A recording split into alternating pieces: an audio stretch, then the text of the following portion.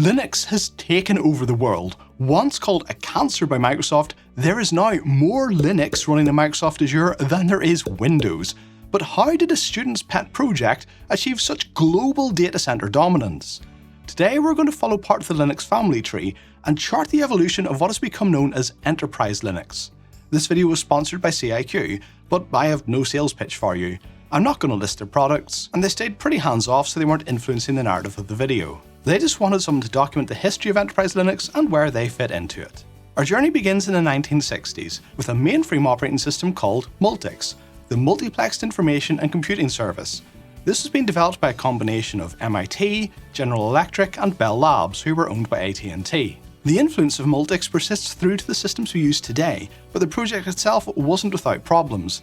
Bell Labs engineers in particular thought it was too big and overly complicated, and one by one they dropped out.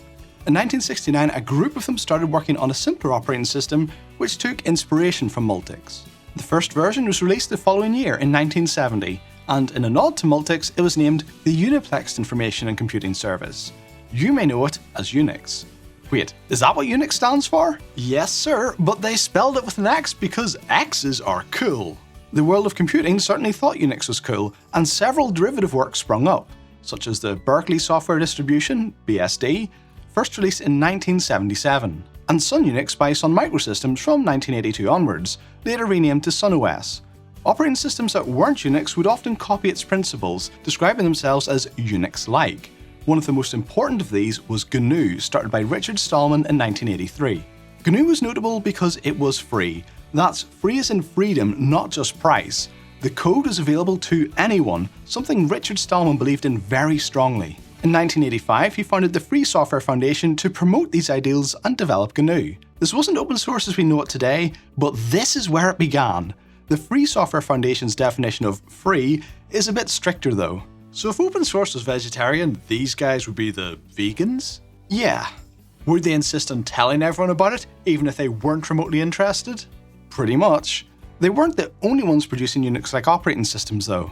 Andrew Tenenbaum, working at the university in Amsterdam, created Minix in 1987. This was created largely for the purpose of educating people about a microkernel architecture, which Andrew believed to be the future of computing. One of the people who received such an education was a student by the name of Linus Torvalds. He's the Canadian guy who dropped stuff! No, that's a different Linus, I'm talking about the Finnish one. Linus Torvalds learned about operating system design partly through Andrew Tenenbaum's book and Minix, and partly by reading the SunOS documentation. Didn't they have novels in Finland? In 1991, Linus released the first prototype of Linux. Things really started to take off the following year though. 1992 was notable for two reasons. The first was the legal action by Unix System Laboratories against BSD. Unix System Laboratories was owned by AT&T, who you may remember also owned Bell Labs, who first created Unix.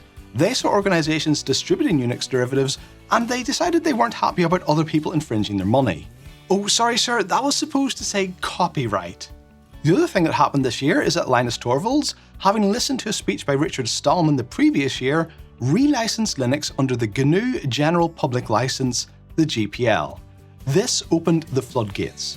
At this point, the GNU operating system was largely complete, with one rather significant gap. It didn't have a kernel, the core of the operating system. Linux, by comparison, was just a kernel and was missing most of the additional applications that made up a fully functional system. Now Linux had a compatible license, developers wasted no time combining the two into a fully fledged operating system. Depending on who you ask, the system may be called Linux, GNU Linux, GNU with Linux, or, if you're Richard Stallman, LGNUX. I call it GNU with Linux with systemd, with cron, with KDE, with Firefox, with Farmville. You've got to acknowledge as many components as possible to be fair. Right, well for the purpose of this video, I'm just going to call it Linux, but I have made a separate video that goes into greater detail that I'll link in this video's description. Once Linux was combined with GNU, things moved quickly. Later the same year, the first Linux distributions were released, the most popular being the Soft Landing Linux system by Peter MacDonald.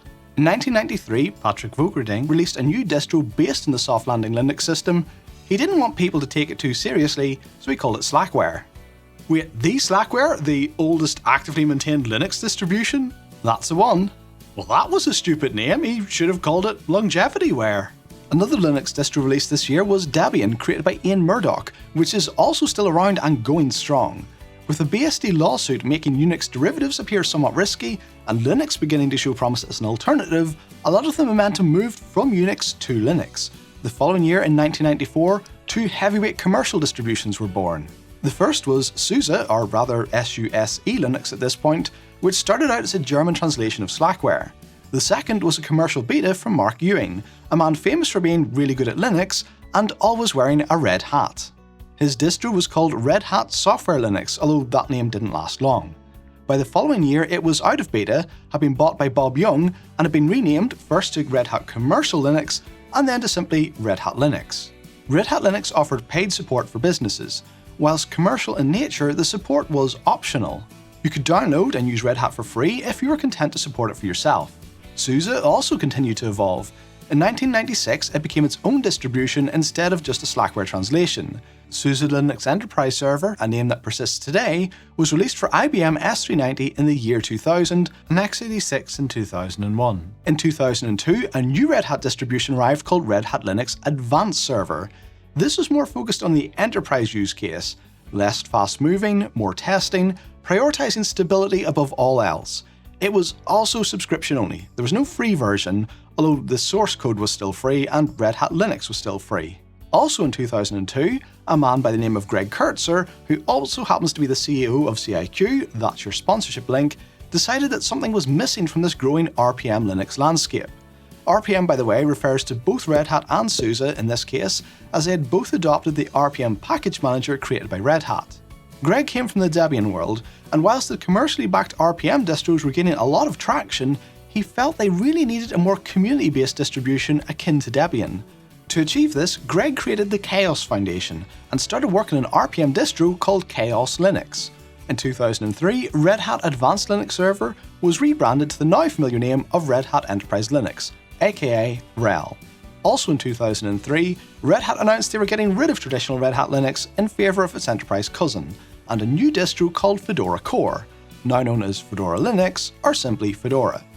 Fedora was free, but more of an upstream playground and not exactly the most stable option to run a business. It wasn't the best option to run a print server either, was it? That accounting part never worked properly, and we got loads of free printing at university, courtesy of Fedora Core. I can neither confirm nor deny that.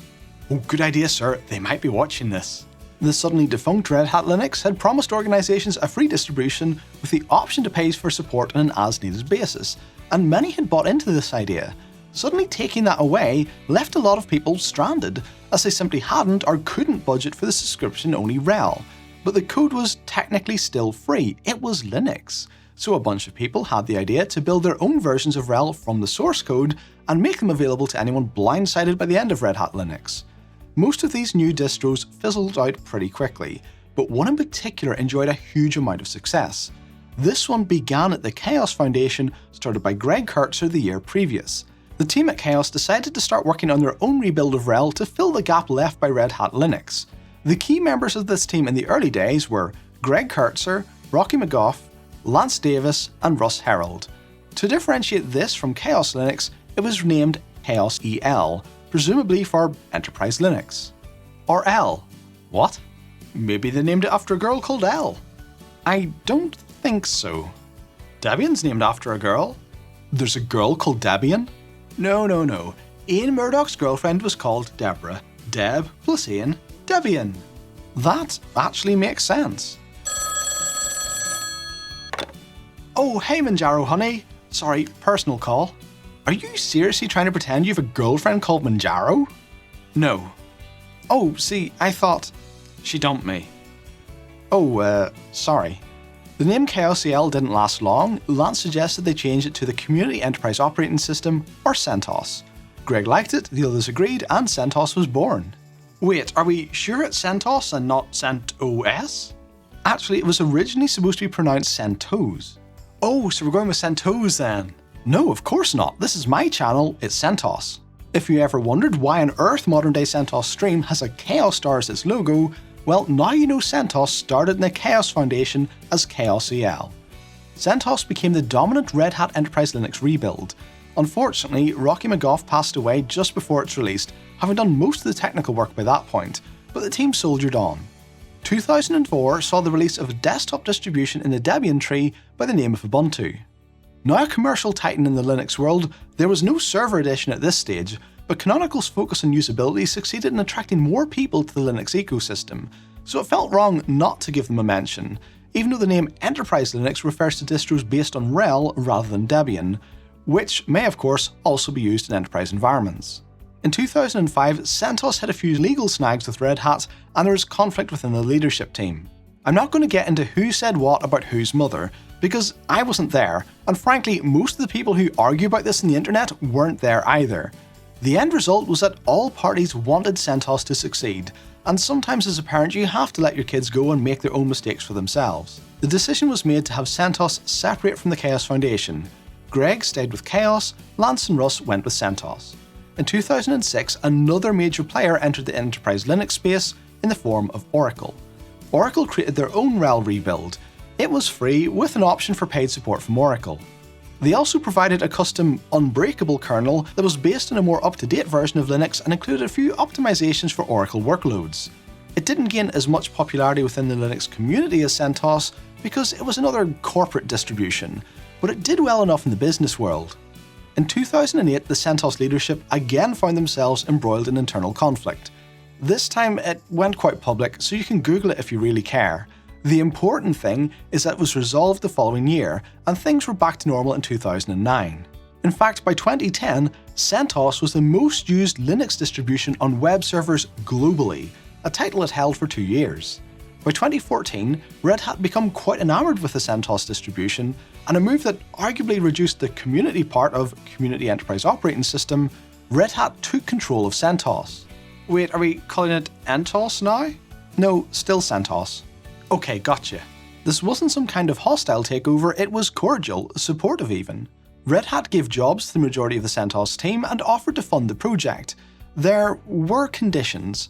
Assets such as trademarks were transferred to Red Hat, and the CentOS board was required to have a Red Hat majority. For a while though, this worked out pretty nicely. Red Hat had a community-focused on-ramp to their enterprise platform, and for CentOS this brought some much-needed stability and legitimised the distribution in the eyes of many corporate users as it now had Red Hat's clear approval.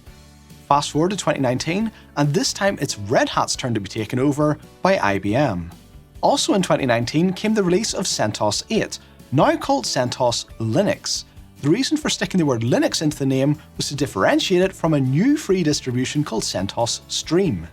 What kernel did Stream use? It was Linux as well. What? CentOS Stream is a bit difficult to describe, so I'll link a video in the description that covers it in more detail. It's upstream from RHEL, but only just. It's like RHEL as Red Hat are building it. It's a sort of rolling, but not completely rolling, behaves like a beta but is separate from the beta, upstream distribution named after a downstream distribution. What? I swear if they just named it something other than CentOS, this wouldn't be so confusing. Red Hat Faster Release Linux. There you go Red Hat, you can have that name for free. The important point is that it does not fit the same use case as CentOS, which was a bit of a problem when the following year Red Hat announced the end of CentOS Linux. Wait, are these notes right? It says Red Hat abruptly killed off the free version of their business-focused distribution and told users to either buy a subscription or chance their luck with a newly introduced alternative free distro that didn't meet the same business use case. Then Greg Kurtzer put together a team to build a free community-focused RHEL rebuild to fill the gap for anyone who just had the rug pulled out from under them. Is this just a copy-paste from 2003? Did you actually proofread this? Don't ask me, sir. I only wear these glasses to look smart. I can't actually see anything through them. No, wait, this is right. Red Hat did a 2003 again. At the time this happened, Greg had a new startup called CIQ. They're the sponsor! CIQ's goal was to provide services aimed at enterprise and high-performance computing use cases, and they were planning to use CentOS as their base distribution. That's going to be difficult now. They could have switched to RHEL or Oracle, I guess, but a lot of people are also stuck, and let's face it, when they killed CentOS, they kinda killed Greg's baby, and he's probably having a major case of deja vu right now. So Greg uses his new company, CIQ, to bootstrap the development of a new community rebuild to carry on the vision of CentOS. He calls the new distro Rocky Linux, after Rocky McGough, who did most of the technical work on the first version of CentOS at the cAos Foundation. Rocky Linux itself is put into the care of a new organisation called the Rocky Enterprise Software Foundation. So the cAos Foundation got a sequel, nice! As before, Greg wasn't the only person to have the idea. Of particular note, CloudLinux, who have also sponsored videos on this channel, used their resources to bootstrap the development of another new community rebuild, this time called AlmaLinux. By 2021, in place of one dead CentOS distribution, we have two new replacements in Rocky and AlmaLinux. One thing these new distros didn't have was commercial support.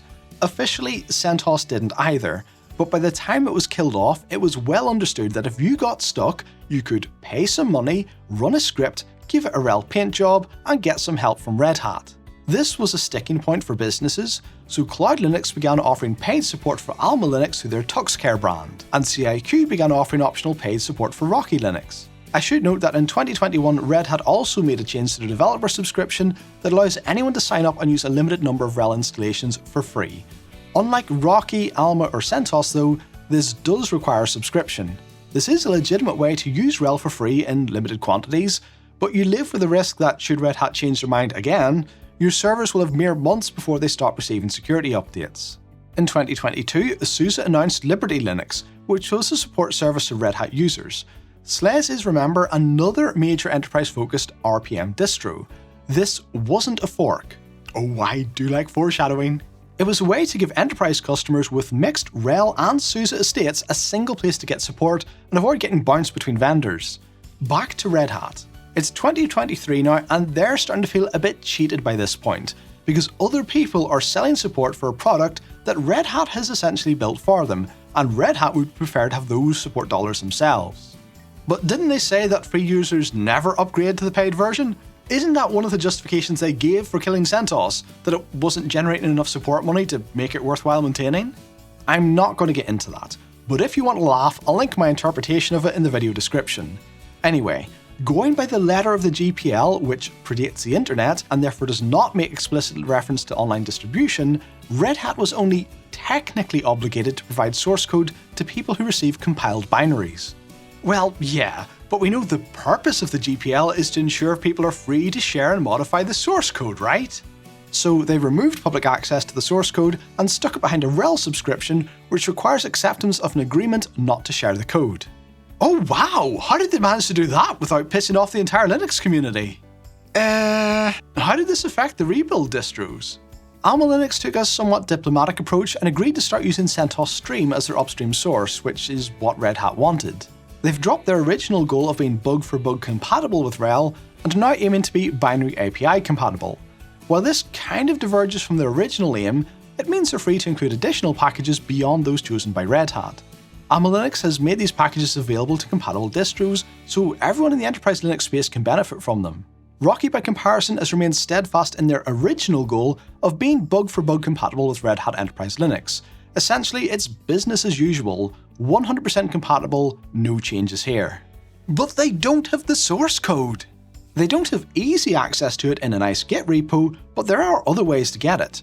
Greg's team at CentOS didn't have a Git repo either, so the team at Rocky knew it was still possible to achieve their goal of providing a true CentOS replacement. Oracle... well, Oracle wasn't happy. That's all I took away from their response. As for SUSE... oh, the guys who weren't forking... yeah, they didn't think this was very cool of Red Hat, so they announced an intention to fork their own RHEL-compatible distro.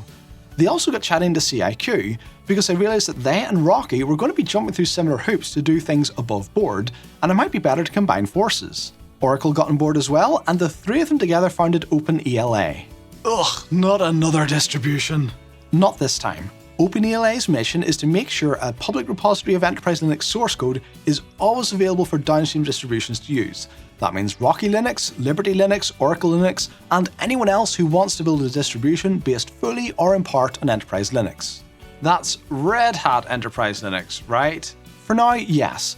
Enterprise Linux means RHEL, but there are two views in this. Red Hat's view is that they created a product and other people are ripping it off. OpenELA's view is that open source code belongs to everyone, and what Red Hat has really created is a standard. OpenELA wants to make sure that standard can't be unilaterally cancelled by anyone. This is where we're at today. Red Hat has helped shape not just enterprise Linux, but most of the Linux world. Even if you're using Debian, Red Hat is one of the main contributors to the kernel you're running. Systemd, the thing that holds a bunch of your system together, that's Red Hat. Do you use Ansible to deploy and configure your servers? That's Red Hat. The GNOME desktop you boot into, guess who the biggest corporate contributor to that is? Red Hat. On the Enterprise Linux branch, Red Hat sets a standard and the others follow. But Enterprise Linux is no longer fully reliant on Red Hat. If Red Hat suddenly disappeared or tried to shut out the community entirely, OpenELA has the means to keep going without them. CIQ is a young company, but from a pedigree of building RPM-based distros and Enterprise Linux rebuilds that stretches back more than 20 years. SUSE has been building and maintaining their own distributions for about as long as Red Hat, near on 3 decades. Oracle has been doing rebuilds since 2006 and is one of the biggest contributors to the Linux kernel these days. Have they contributed ZFS yet? Yes, I said Z, not Z, bite me. No fighting. Of course, these are just the founders of OpenELA, others can join, including Red Hat. They won't. I suspect you're right. Keep an eye on this space though, the stage is set for Enterprise Linux to become a lot more interesting. If you'd like to learn more about CIQ and their place within the Enterprise Linux world, head over to CIQ.com using the links in the video description. They paid for the video and I spent most of the time talking about other companies and other distributions, so say hi to them, why don't you? Sir, I've been doing some research and it seems that unless the people watching like, comment and share the video, YouTube kills a puppy. I'm pretty sure that's not true. But can we take the risk?